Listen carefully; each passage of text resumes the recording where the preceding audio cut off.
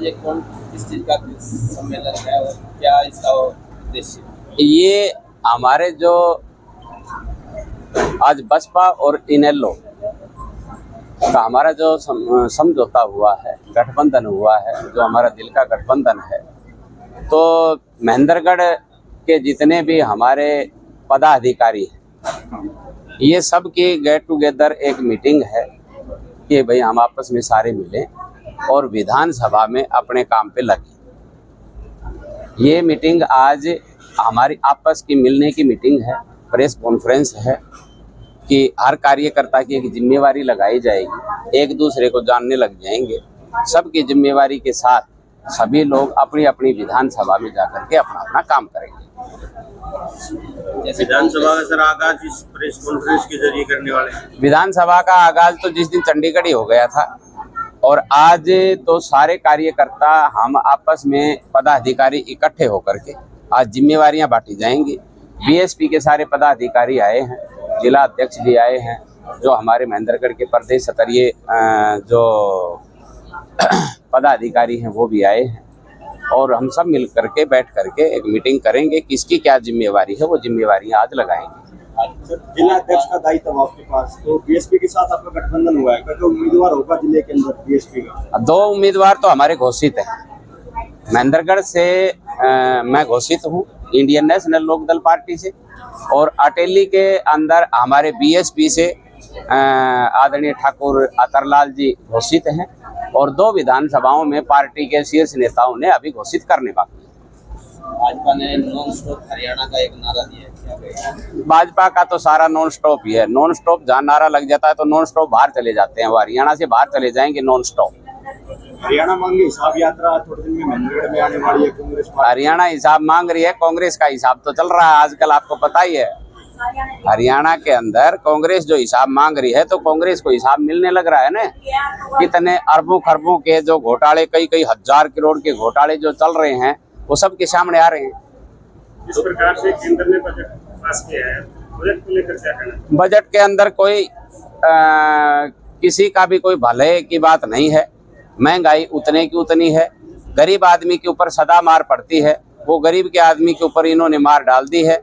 और पैसे वाले के ऊपर जो बड़े बिजनेसमैन व्यापारी हैं ये सदा जो है भला उनका ही करते हैं। गरीब आदमी के लिए कोई इस बजट में अच्छाई नहीं है। ये बजट है, ये गरीब विरोधी बजट है। सर, विधानसभा में किन मुद्दों को लेकर आप? विधानसभा में अनेकों मुद्दे हैं। महेंद्रगढ़ में तो सबसे बड़ा मुद्दा तो एक ही मुद्दा है कि महेंद्रगढ़ को अलग और नारनौल को अलग जिला बनाना चाहिए।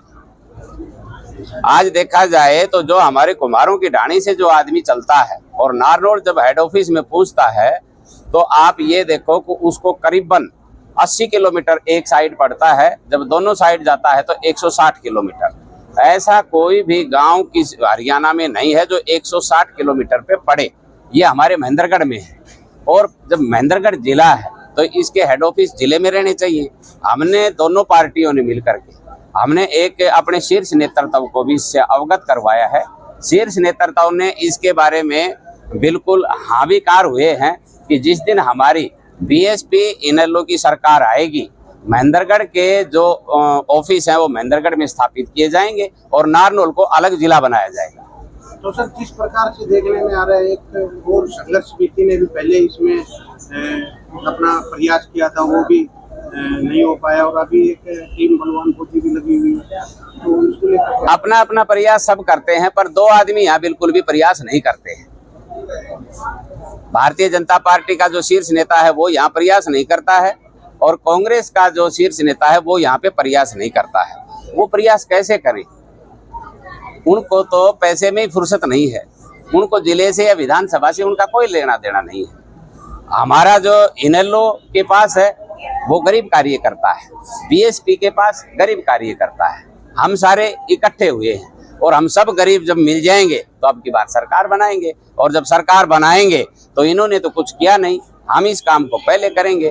भाई जो भी राजनीति कर रहे हैं, जो यहाँ से चुनाव लड़ना चाहते हैं, उन्होंने भी सबका एक अधिकार है, चुनाव लड़ने का भी अधिकार है और जो जिले का मुद्दा है उसको उठाने का भी अधिकार है। तो जो लग रहे हैं उनका मैं धन्यवाद करता हूँ। अगर आप जीतते हैं विधानसभा में तो महेंद्रगढ़ विधानसभा के लिए आपका ड्रीम प्रोजेक्ट क्या रहेगा? मेरा सबसे पहला ड्रीम प्रोजेक्ट होगा कि हमारी दोनों पार्टियों की सरकार आएगी। जो झूठी घोषणा आईएमटी की ये बार बार घोषणा कर रहे हैं, उस आईएमटी का पत्थर हम सबसे पहले, जो ही हमारी सरकार बैठेगी, पहले सप्ताह में वो पत्थर लगा करके काम करवाने का काम करेंगे। पत्थर तो लगा हुआ है। पत्थर नहीं है।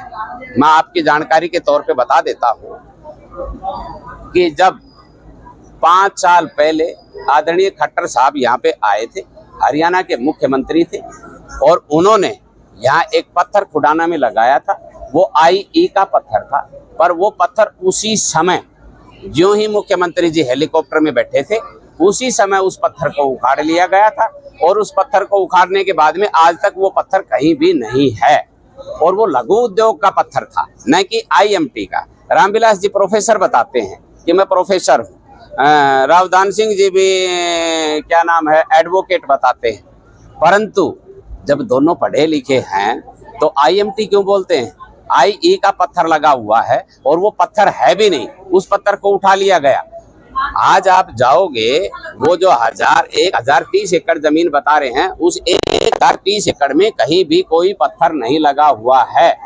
अच्छा, जो IMT आएगी तो पहले विधानसभा में पास होगी, वो बजट में पास होगी, कोई भी चीज किसी भी उस पे नहीं है। परंतु उसके बाद में भी कहते हैं, जब अधिकारियों को, भाई सरकार है, इनके अधिकारियों को बुला करके 20-30 अधिकारियों को इकट्ठा कर लेते हैं और लोगों को ये दिखाने लग जाते हैं कि IMT का प्रोजेक्ट का काम चल गया। 5 साल में सिर्फ हमारे यहाँ मीटिंग होती है, उसका काम नहीं चलता है।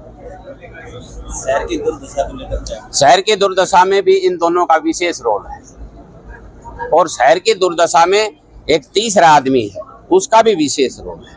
मैं आपको जानकारी के तौर पे बताना चाहता हूँ कि हमारे यहाँ पे आपने कभी सुना होगा कि बंदरू जी एक SDM साहब हमारे यहाँ पे आए थे। वो SDM थे, उन्होंने हमारे ये कॉम्प्लेक्स है, शॉपिंग कॉम्प्लेक्स है, वो बंदरू जी ने बनवाया था और बस स्टैंड बाहर निकलवाया था। ये पुराना बस स्टैंड था। उसके बाद में संदीप सिंह जी सबसे ज्यादा समय यहाँ पे SDM रहे। उनके पिताजी शिक्षा मंत्री रहे। हरियाणा सरकार में उनका पूरा हाथ रहा है। अब आज संदीप सिंह जी कहते हैं कि मेरे को बनाओ और मैं इस महेंद्रगढ़ को सोने का बना दूंगा। तो पहले ये बताएं कि जितने दिन वो SDM रहे हैं, क्या उन्होंने कोई एक ईंट भी विकास की लगवाई? रावदान सिंह जी से पूछा जाए। हाँ, मैं कह रहा हूँ, हमारे यहाँ जो हुड्डा पार्क बना हुआ है, ये हुड्डा पार्क क्या है कि हमारी IMT की जमीन थी। रावदान सिंह जी ने ये जमीन कन्वर्ट करवाई थी पार्क। उसके बाद में इसके अंदर कोई घास लगी, कोई पेड़ लगा, कोई लाइट लगी, कोई टाइल लगी, कोई रेत डला। इसका पूरा विकास कार्य मैंने करवाया था। 50 लाख रुपया इसका BRGF स्कीम के तहत मैंने देने का काम किया, जो कि लोगों को इस बात का पता नहीं है। महेंद्रगढ़ में जितनी भी बड़ी लाइटें लगी थी, वो हमने BRGF स्कीम के तहत लगाने के लिए काम किया था। महेंद्रगढ़ में जिला प्रमुख रहते हुए इस शहर में मैंने बहुत पैसा दिया था, परंतु पत्थर पे हमारा नाम क्यों नहीं? कि सरकार हमारी नहीं थी, इसलिए पत्थर पे नाम हमारा। पर मुझे एक बात की खुशी थी कि मेरे महेंद्रगढ़ में काम हो रहा है। तो महेंद्रगढ़ का विकास ये 2 आदमी हैं, ये कभी नहीं करवा सकते। इनको महेंद्रगढ़, फिर अभी तो इनको केस लड़ने में फुर्सत नहीं रहेगी। महेंद्रगढ़ का विकास कहाँ से करवाएंगे? जमानतों में फुर्सत नहीं रहेगी, कहाँ से महेंद्रगढ़ का विकास? सर, बनिएगा बेटा पाई का हिसाब लेकर आया हूँ, और अगले दिन जैसे ED की रेड का पढ़ना रावदान सिंह, किस नजरिए से आप देखते हो? देखो क्या है, ये तो पुराना सिस्टम चल रहा है, और जब कोई लोन है, अगर किसी से मैं आपसे कर्जा लूंगा तो मेरे को देना पड़ेगा। अगर कर्जा नहीं दूंगा तो वो फिर उसके ऊपर वो कार्रवाई तो करेंगे। ठीक है, इस विषय में कोई ज्यादा अभी पूरी डिटेल आई नहीं है। पूरी डिटेल आएगी तो पूरी डिटेल के साथ मैं प्रेस कॉन्फ्रेंस करूंगा और आपको सारी बातें बताएंगे। पार्टियों का समझौता बड़े दिल से समझौता है। हमारे जिला के अध्यक्ष बैठे हैं BSP के। हमने जब गरीब आदमी का विकास करना हो तो ये दोनों पार्टियां कर सकती हैं, बीएसपी और इनेलो। अब की बार 100% हमारी सरकार बनेगी और हमारे गारंटर बैठे हैं बाबू जसवीर सिंह जी ढिल्लो, ये हमारे प्रदेश के अध्यक्ष हैं। इनकी रहनुमाई में यहाँ पूरा काम चलता है। जब हमारी सरकार बनेगी तो मैं आपके माध्यम से बताना चाहता हूँ हमारी दोनों पार्टियों की बातें, कि सबसे पहला काम हमारा होगा कि हर परिवार में सरकारी रोजगार देना, चाहे लड़का हो चाहे लड़की। जो लड़का लड़की पढ़े लिखे हैं, रोजगार से वंचित रहेंगे तो हम 21,000 रुपया उसको बेरोजगारी भत्ता देंगे। जो वृद्ध अवस्था पेंशन, आज ये सरकार 1,80,000 रुपया जिस वृद्ध की आमदनी है उसको काटने का काम करती है। हम ये सारी बातें हटाएंगे और जो जिसके पास भी 60 साल का प्रूफ और प्रूफ नहीं होगा तो डॉक्टर लिख करके देगा कि ये आदमी 60 साल का है, हम उसकी पेंशन बनाएंगे। चौधरी देवीलाल ने 100 रुपया पेंशन शुरू की थी, अब इस पेंशन को हम बढ़ा करके हमारी दोनों पार्टियों की सरकार आएगी। मायावती जी की एक ही घोषणा है कि हमें गरीब का भला करना है, बुजुर्गों का भला करना है, तो 7,500 रुपया पेंशन माहवार दी जाएगी। हमारे प्रधानमंत्री जी ने गैस का सिलेंडर कॉपियां बनवा करके दी, पर सिलेंडर तो नहीं दिया, न भरवा करके दिया, बल्कि गरीब आदमी अपने चूल्हे पे काम चला लेता था, वो दिक्कत पैदा और कर दी।